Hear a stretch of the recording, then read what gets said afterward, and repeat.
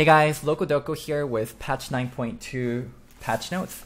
We're going to go over it, figure out what the beginning of the season is going to look like, and see if there's any OP champions that we can abuse. I was actually really happy with Riot's 9.1 patch, and just in general with what they're doing in Season 9. I think the biggest changes that are coming are the positional rank. That's actually super important, so let's go check it out.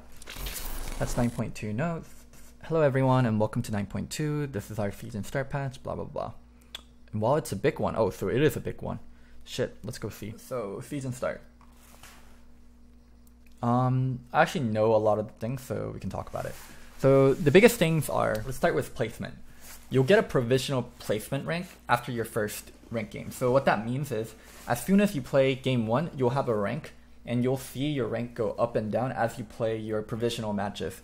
It used to be you play 10 games and you don't know what rank you got until the very end, but now you know what rank you're going to be from game 1, so there's just more clarity. Now, tiers and divisions, they're adding bronze, grandmaster. I mean, bronze and grandmaster were already there. I think the things they're adding are iron and grandmaster. I mean, most of you guys are stuck in silver or bronze, so it doesn't matter to you. Hopefully you don't drop down to iron. Honestly, it doesn't matter that much. It just makes the rank ladder a little bit more evenly distributed. Don't worry if you were bronze last season and you got placed iron. It doesn't mean you got worse. It just means the distribution got different. Ranked armor, not that important. Splits. So now the season is going to be broken down into 3 splits. There isn't like a soft reset or time off between the splits. It just is a way to segregate the season. It's not that important either. Don't worry about it too much. Positional rank. So, positional rank. This is actually pretty important. And most of you guys I know are watching from North America, so it's going to apply to you. It's going to start in North America and Korea. So, here's how it works. I'll put it simply as possible. Each rank you have, or each position is going to have a separate rank to it. And whenever you play support, you're going to get elo in your support rank.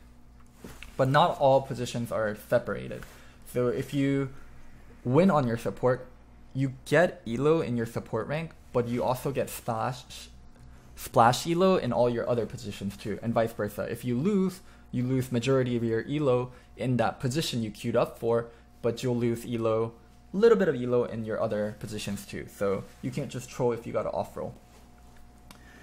A lot of people ask me, yo, Loco, can't people game the system? They can queue up for a role they're not very good on, like support, and just end up playing AD carry.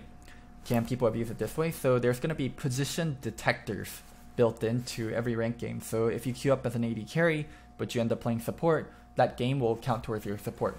And it probably has Riot probably implemented that system using what lanes you're going to, what champions you're picking, maybe the gold amount that you're getting if you're support.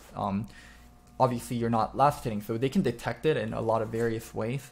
So, yeah, they've internally tested this, and they think it's going to be an upgrade. So, yeah, we'll see. I think a lot of people still have questions regarding positional rank, and until it's like fully implemented, I don't think people are really going to have a great grasp. But I think it's a good system overall. We just have to see it play out, and yeah, let's see how it is. Game modes, bye-bye Nexus Bloods. Silas. So I did a video on Silas, how he looks, and first take on him. He looks to be pretty strong, and stealing ults is definitely, it's definitely a strong skill. And from PvE, I think a lot of people had a lot of fun with him, and he looks to be a champion that's going to make a splash. In the earlier parts of ranked, if you don't want to deal with a new Silas on your team or someone that experienced Silas in PvE and is trying to play it, just ban the champion. My recommendation. Ban it early, see how it plays out, let people learn the champion, and they can play it later in the week. Aatrox, Q damage ratio decreased, E recharge time increased. So, I mean, my overall problem with Aatrox is this champion, once he gets going, he's like undeniable. He gets movement speed, so he can access your backline. He has so many dashes, and you can't even really ignore him because he does high amount of damage and has CC, and is also unkillable. He revives. I think overall kit there is a problem. So whenever he's viable, this champion is going to be disgusting to play with. I mean, I like the nerfs. It's just I think there's a problem with the kit itself, not the numbers. I think overall the Aatrox rework was a failure. He doesn't feel very Aatroxy, and he's just gonna be a problematic champion that's gonna get nerfed to the ground, in my opinion. And hopefully they do that. Aurelian Soul. Q recast time reduced, stun duration shorter if recast quickly, longer for big stars. So basically what this did was Aurelian Soul had a very pronounced weakness. If you're right next to him, you wouldn't get hit by the stars, and also he couldn't cast his Q and pop it immediately. There was like a delay before he could pop his Q. So it makes it a little bit easier for Aurelian Soul to deal with champions right in front of him. It's just mostly a quality of life change. It is a buff, but it's not that big of a one. Brand. Passive damage over time decreased. I mean, Brand did crazy amount of damage as support. I don't think this is gonna kill Brand support. It's okay nerf. I personally like playing Brand support, and whenever I play AD carry, I hate dealing with Brand support, so overall I'm happy with the changes. Cassiopeia. W cooldown increase late, damage decrease late. Okay, so I actually like the fact they're tackling Cassiopeia by nerfing her W, because a lot of Cassio's combo would start with her using W, and it would insta-slow people even without rallies, and it'd be very easy to land Q afterwards. So nerfing her W and putting more of a cooldown on it makes it that you're more dependent to just hit your Q without any kind of help by using your W. I like the changes. Cassio's still definitely a strong champion. I'm sure she'll still see play, so good changes overall. Galio. Q damage decreased, cost increase, E damage decreased early. So here's a problem with nerfing Galio. I don't think there's like a big problem with Galio in itself. Actually, let me take that back. I do think there is a problem with Galio, but Galio problem is he's supposed to be a protector, but he just plays like a melee AP mage and like a melee AP bruiser more so than a protector. His whole protector theme is pretty much gone, other than his taunt, because they took the damage reduction away from his ultimate. I think a lot of problems with Galio and Lissandra stem from Aftershock and not the champions themselves. It's just Aftershock as a mastery was meant to be used on tank users, but when AP bruisers are able to use it, they just become so incredibly tanky and hard to deal with. So yeah, I am okay with the Galio nerf. Q damage decrease, cost increase, E damage decrease early. I mean, his burst was incredibly high, so these are good changes. It's just one day they're going to nerf Aftershock when they realize how problematic it is, and now Galio and Lissandra are going to be left in shambles because they're going to have to change to a pretty underpowered Keystone, and they took nerfs because they were abusing Aftershock, so we'll keep an eye on this change. Irelia. Ooh, this is a spicy one. Let's see what they did to Irelia.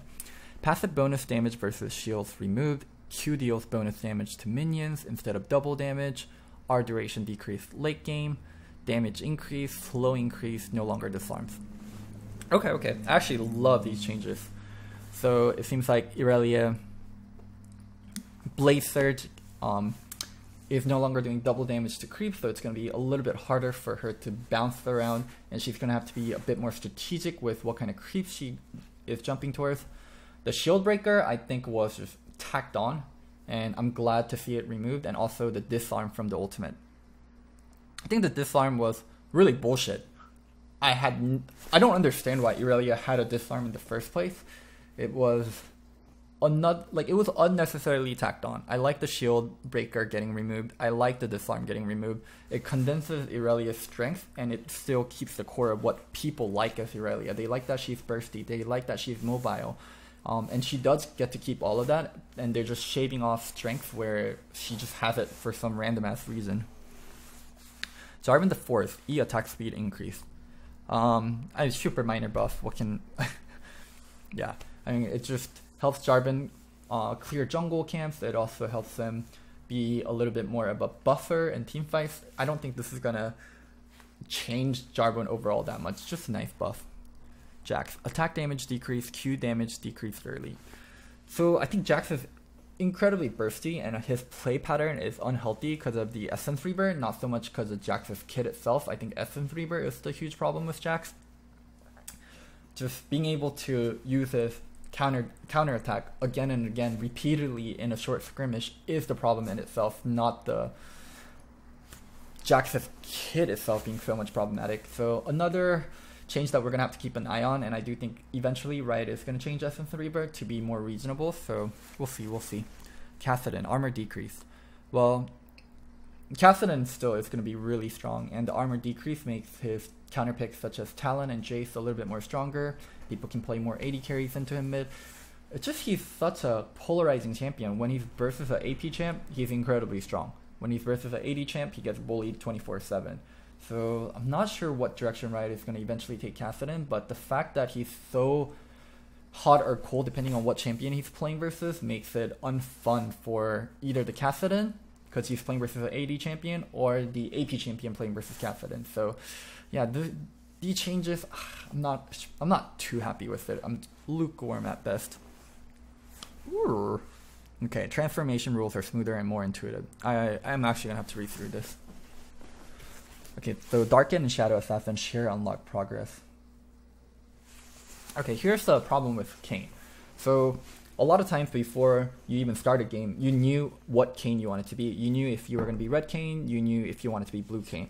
And during the game itself, you don't really get to choose what Kayn you unlock first, because as a jungler, right, you gank the lanes that are playing up and that are gankable. You're not like, I'm going to unlock blue Kayn, so I'm going to try to gank the Teemo. If the Teemo plays back the whole game, then you naturally unlock red Kayn first, and it's really discouraging.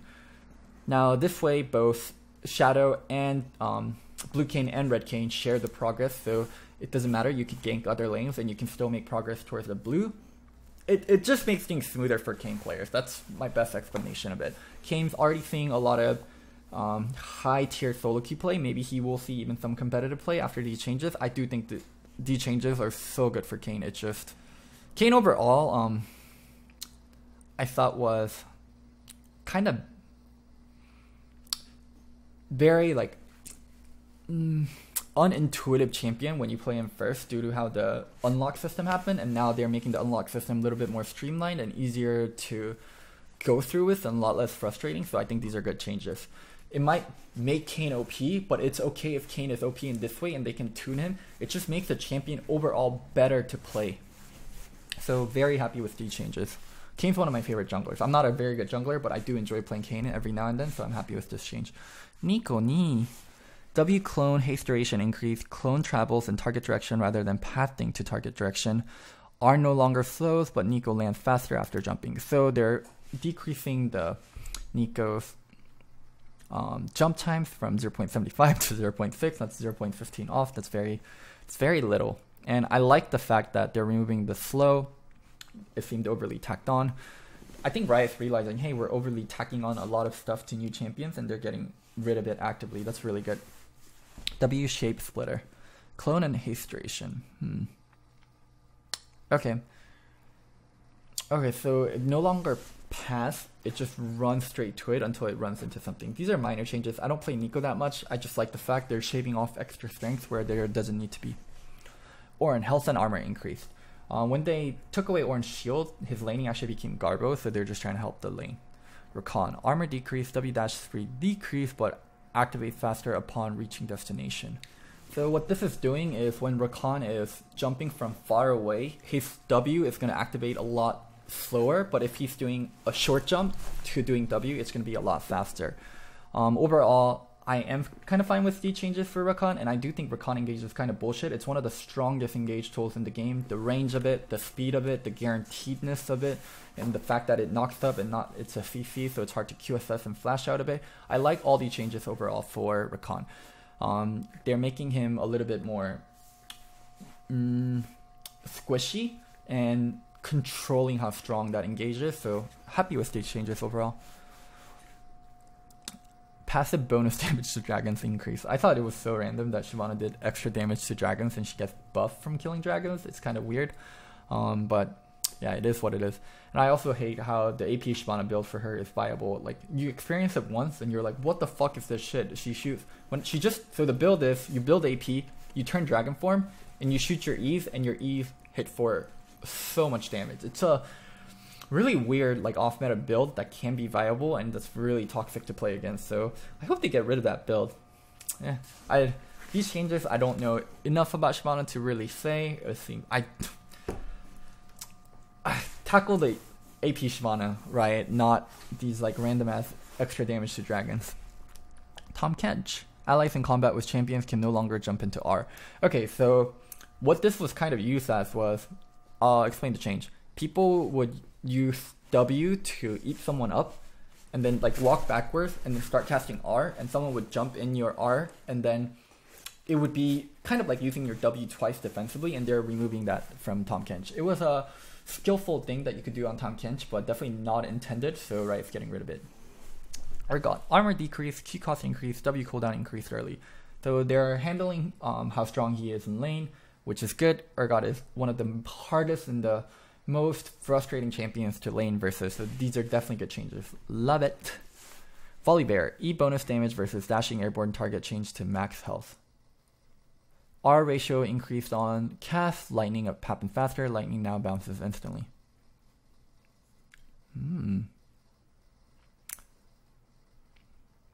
So it makes Volibear a little bit better versus mobile champions, and his R doing damage instantly is very, very good.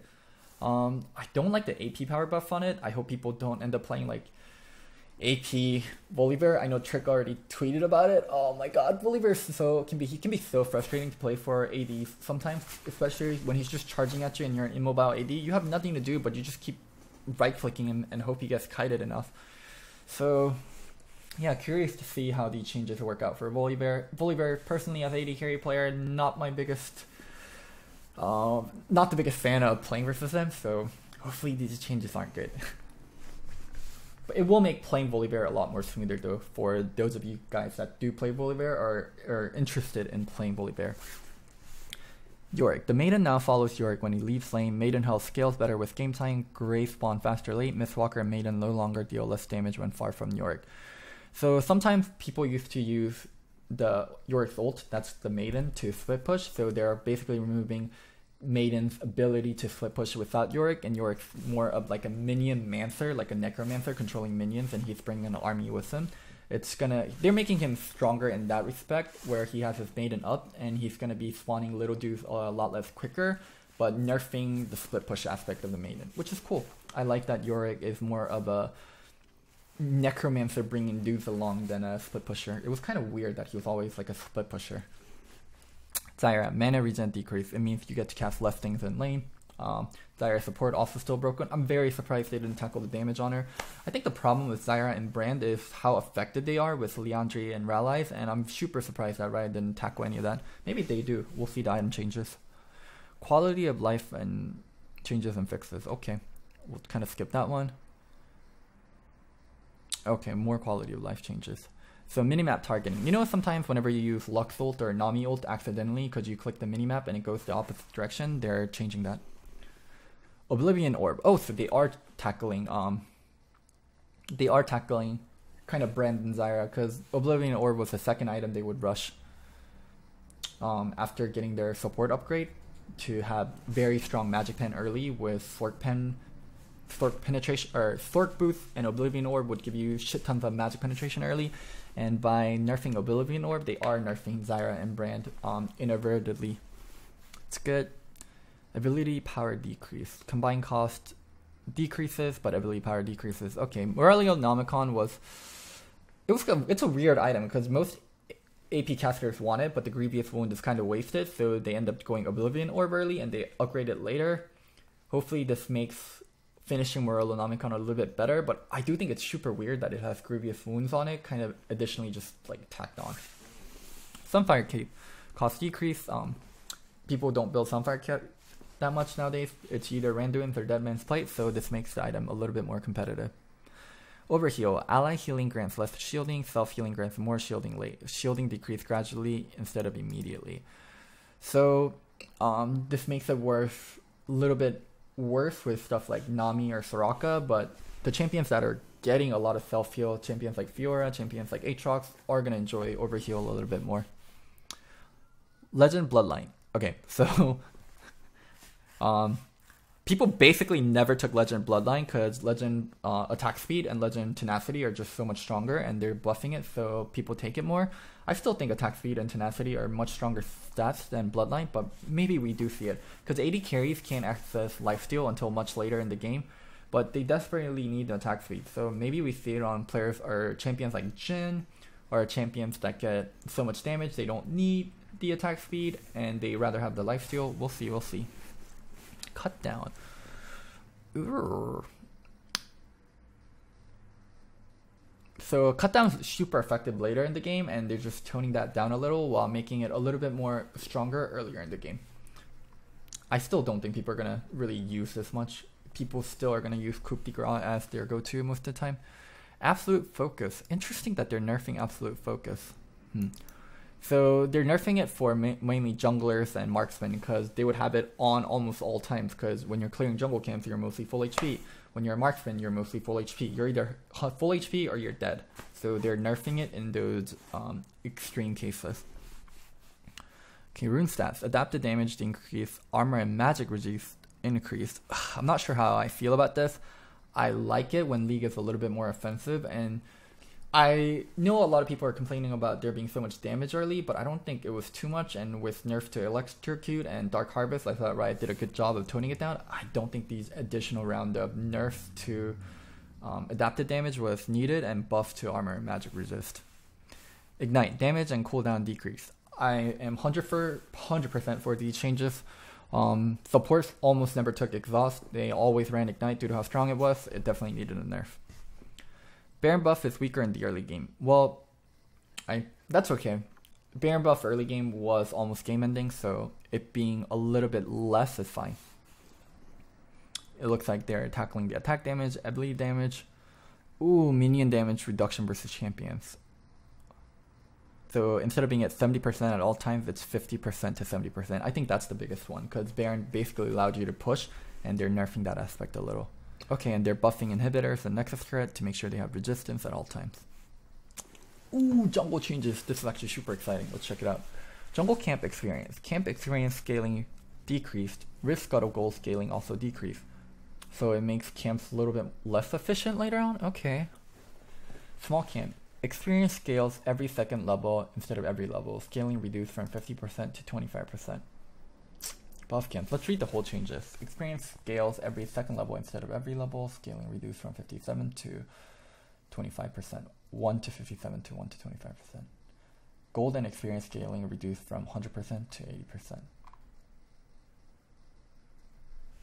So they're basically making junglers a little bit weaker as the game goes on, because you'll still be clearing. I hope this might emphasize junglers just ganking more though, because if the camps are nerfed, if the gank XP isn't reduced, because right now you don't have to really farm to keep up. You can farm every now and then, and as long as your ganks are successful, those give you so much experience and kills, especially with bounties. So we'll see. Right, jungle changes. It's kind of weird that they're doing the big changes later instead of doing the preseason patches, but it's better that they come to not. Challenging Smite getting nerfed. I mean, junglers are incredibly strong, especially Bruiser, Xin Zhao, and Camille that take Challenging Smite, so I like the nerfs overall. Bug fixes, whatever. Cool new skins, that's cool. I know a lot of people love this Piggy Sejuani. Oh, and golden chroma for some of the traditional Chinese skins. Okay. Well, overall, I like these changes. It seems like the crit items aren't going to be coming until 9.3. Let's hope they actually do it properly, because I don't like the new changes they kind of have in mind for crit. So hopefully it's a lot better in 9.3. Anyways, thank you guys so much for watching. Don't forget to like and subscribe. Remember, I'm not crazy. I'm just loco. Bye.